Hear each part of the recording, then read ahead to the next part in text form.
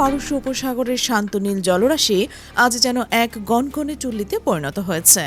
বাতাসের প্রতি কণায় মিশে আছে বারুদের গন্ধ আর এক অকথিত যুদ্ধের চাপা উত্তেজনা। স্যাটেলাইটের নির্লিপ্ত চোখ যা দেখছে তা কোনো সাধারণ সামরিক মহড়া নয়, এ যেন এক চূড়ান্ত সংঘাতের পূর্ব প্রস্তুতি। ইরান তার যুদ্ধের প্রস্তুতি শুরু করে দিয়েছে। সমুদ্রের গভীরে পারস্য উপসাগরের বুকে যে চিত্র ভেসে উঠছে তা বিশ্বের তাবড় তাবড় সামরিক বিশ্লেষকদের কপালে চিন্তার ভাঁজ ফেলেছে। এগুলো কোনো বানানো দৃশ্য নয়, একেবারে রিয়েল টাইম এক্সক্লুসিভ ফুটেজ যা প্রমাণ করছে তেহরান এবার পিছনে হটতে রাজি নয়। ঠিক এর সামান্য দূরে আন্তর্জাতিক জলসীমার নোঙর ফেলে আছে মার্কিন যুক্তরাষ্ট্রের বিশাল নৌবহর। আমেরিকার প্রতিটি রাডার, প্রতিটি গোয়েন্দা স্যাটেলাইটের সতর্ক চোখ নিবদ্ধ রয়েছে ইরানের প্রতিটি নড়াচড়ার ওপর। পরিস্থিতি যদি সত্যি ভয়ের হতো, ইরান কখনোই এমন দুঃসাহসিক পদক্ষেপ নিত না। অর্থাৎ এই টানটান উত্তেজনা এবং প্রায় যুদ্ধের মতো পরিস্থিতির মধ্যেও ইরান যে পারস্য উপসাগরে তাদের সবচেয়ে বড় সামরিক মহড়া শুরু করেছে তাই স্পষ্ট বার্তা দিচ্ছে তারা আমেরিকাকে এবার এক বিন্দুও ভয় পাচ্ছে না। পারস্য উপসাগরে ইরানের যে ছোট বড় দ্বীপগুলো ছড়িয়ে ছিটে রয়েছে তার প্রতিটিকে আজ একটি দুর্ভেদ্য সামরিক জোনে পরিণত করা হয়েছে। সেখানে কি পরিমাণ ভয়ঙ্কর শক্তি মোতায়েন করা হয়েছে তা কল্পনাকেও হার মানায়। ইরানের এমন প্রস্তুতি দেখে বিশ্বের সুপার পাওয়ারদের মধ্যেও যে ভয়ের শীতল স্রোত বইছে তা তাদের কর্মকাণ্ডেই স্পষ্ট। একটু লক্ষ্য করলে বোঝা যায় আমেরিকা এর আগে কখনোই কোনো একক দেশের বিরুদ্ধে এতটা মরিয়া হয়ে সামরিক প্রস্তুতি নেয়নি। এত বিপুল পরিমাণ অস্ত্রশস্ত্র, সেনা ও অত্যাধুনিক সরঞ্জাম তারা এর আগে কখনোই একক ফ্রন্টে মোতায়েন করেননি। এর কারণটা শুধু সামরিক নয়, মনস্তাত্ত্বিকও। আগেরবার ইরানের মদতপুষ্ট শক্তিগুলোর হাতে ইসরায়েল যে মার খেয়েছে তা সরাসরি আমেরিকার সম্মানে আঘাত এনেছে। যদি এবার ইরান সরাসরি মার্কিন বাহিনীকে 1% নড়িয়ে দিতে পারে, যদি তারা সফলভাবে আমেরিকানদের বাজিয়ে দিতে পারে, তাহলে ওয়াশিংটনের সুপার পাওয়ার তকমা, তদন্ত আর অহংকার এক মুহূর্তেই ধুলোয় মিশে যাবে। তাই আমেরিকা তার সর্বশক্তি দিয়ে প্রায় প্রতিদিন প্রতি ঘন্টায় নতুন নতুন সেনা এয়ারক্রাফট ক্যারিয়ার এবং যুদ্ধ উপযোগী ট্যাঙ্কার মধ্যপ্রাচ্যে পাঠাচ্ছে, শুধুমাত্র ইরানকে লক্ষ্য করে। গত মাত্র 12 ঘন্টায় ইরানের বিরুদ্ধে যে বিশাল মার্কিন বাহিনী মধ্যপ্রাচ্যে পৌঁছেছে সেই দলে রয়েছে আমেরিকার সবচেয়ে উন্নত প্রযুক্তির 18টি F-35 স্টেলথ ফাইটার জেট। ভাবুন একবার, একটি দেশের বিরুদ্ধে একটি মাত্র দলের 18টি সর্বাধুনিক যুদ্ধ বিমান পাঠানো হয়েছে। এর থেকে অনুমান করা যায় ইরানের বিরুদ্ধে পর্দার আড়ালে কত বড় শক্তি সমাবেশ ঘটানো হচ্ছে। এই পরিস্থিতিতে ইরানও দারুণভাবে নিজেদের শক্তি প্রদর্শন করছে। গত বছর পর্যন্ত ইরানের অভ্যন্তরীণ নিরাপত্তা নিয়ে যে সমালোচনা শোনা যেত, এবার ইরান যেন সেই সব সমালোচনার জবাব দিতেই কোমর বেঁধে নেমেছে। তারা দেখিয়ে দিয়েছে বাইরের হুমকির পাশাপাশি তারা নিজেদের ঘরও সুরক্ষিত রাখতে জানে। এদিকে আমেরিকান কর্মকর্তারা এক অদ্ভুত স্বীকারোক্তি দিয়েছেন। তারা জানিয়েছেন ইরানের ওপর আগের হামলাগুলোতে ব্যবহৃত বাংকার বাস্টার বোম যা তাদের ভান্ডারে প্রায় শেষ হয়ে গিয়েছিল, সেগুলো তারা আবার পুনরুদ্ধার করে নতুন করে তৈরি করে নিয়েছে। অর্থাৎ তারা প্রাকরান্তে স্বীকার করেছেন যে ইরানের বিরুদ্ধে একটি পূর্ণমাত্রা যুদ্ধের জন্য তাদের যা যা প্রয়োজন তার ঘাটতি ছিল এবং এখন তারা সেই ঘাটতি পূরণ করছে।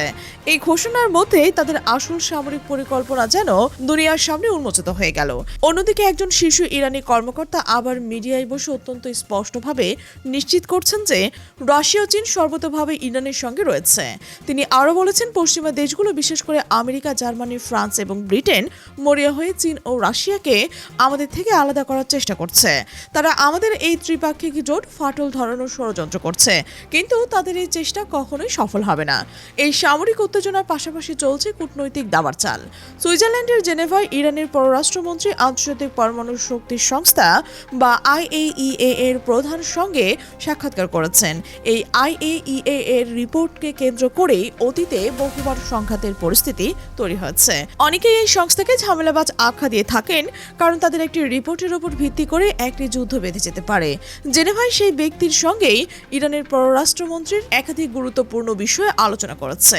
একই সময় জেনেভায় ইরান ও আমেরিকার মধ্যে একটি গোপন বৈঠক অনুষ্ঠিত হয়েছে, যেখানে মধ্যস্থতাকারী হিসেবে ওমানের পররাষ্ট্রমন্ত্রীও উপস্থিত ছিলেন। এর থেকে বোঝা যায় ইরান বর্তমানে কতটা শক্তিশালী অবস্থান থেকে দর কষাকষি করছে। তাদের কথাবার্তা বা দাবিকে থামিয়ে দেওয়ার মতো অবস্থায় কেউ নেই। কয়েকটি গুরুত্বপূর্ণ বিষয় হলো রাশিয়া ও চীন থেকে লাগাতার অস্ত্রের বোঝাই কার্গো বিমান ও জাহাজ ইরানে এসে ভিড়ছে। মাত্র গতকালও রাশিয়া থেকে একটি বিশাল ট্যাঙ্কার ইরানে এসে পৌঁছেছে, যা অত্যাধুনিক অস্ত্রে পরিণত ছিল। এদিকে যখন ইরান তার শক্তি বৃদ্ধি করেছে, অন্যদিকে ইসরায়েলের প্রধানমন্ত্রী নেতানিয়াহু অস্ত্র অস্থির হয়ে উঠেছেন। তিনি কোনোভাবেই চান না আমেরিকা ও ইরানের মধ্যে কোনো ধরনের সমঝোতা বা ডিল হোক। যে ব্যক্তি গাজার নিষ্পাপ মানুষদের জন্য আজ পর্যন্ত কোনো স্থায়ী যুদ্ধবিরতির চুক্তিতে রাজি হননি, সে কিভাবে চাইবে তার চিরশত্রু ইরান আমেরিকার সঙ্গে কোনো সমঝোতায় আসুক? পর্দার আড়ালে এমন কথা শোনা যাচ্ছে যে ডোনাল্ড ট্রাম্পের বহু বিতর্কিত অ্যাপস্টিন ফাইলের চাঞ্চল্যকর তথ্য নেতানিয়াহুর হাতে রয়েছে, যার কারণে ট্রাম্প এবং আমেরিকার একটি প্রভাবশালী অংশকে নেতানিয়াহুর অনেক কথা শুনতে বাধ্য হতে হয়।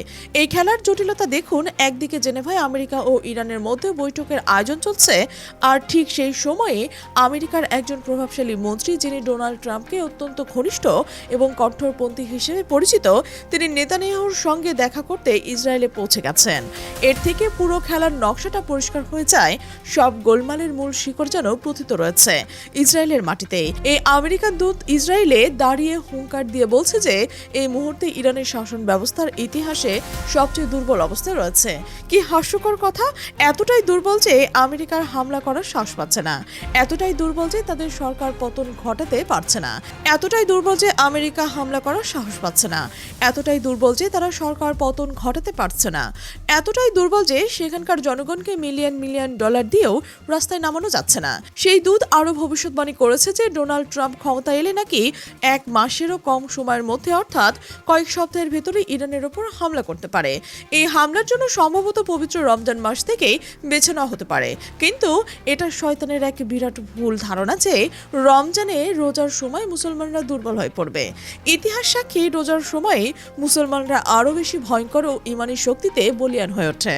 যুদ্ধ যদি তারা শুরু করে, তবে সেই যুদ্ধ শেষ করার পর, শত্রুদের ছিন্ন ভিন্ন করার পর ইরানের যোদ্ধারা যুদ্ধের ময়দানে রোজা খুলবে, এমনটাই বিশ্বাস তাদের। এই আমেরিকান কর্তা আরও হুমকি দিয়েছেন যে ইরান যদি আমেরিকার সেনাবাহিনীর ওপর হামলা করে, তাহলে ইরানকে নাকি অনুতপ্ত হতে হবে এবং তাদের খুব খারাপ পরিণতি ভোগ করতে হবে।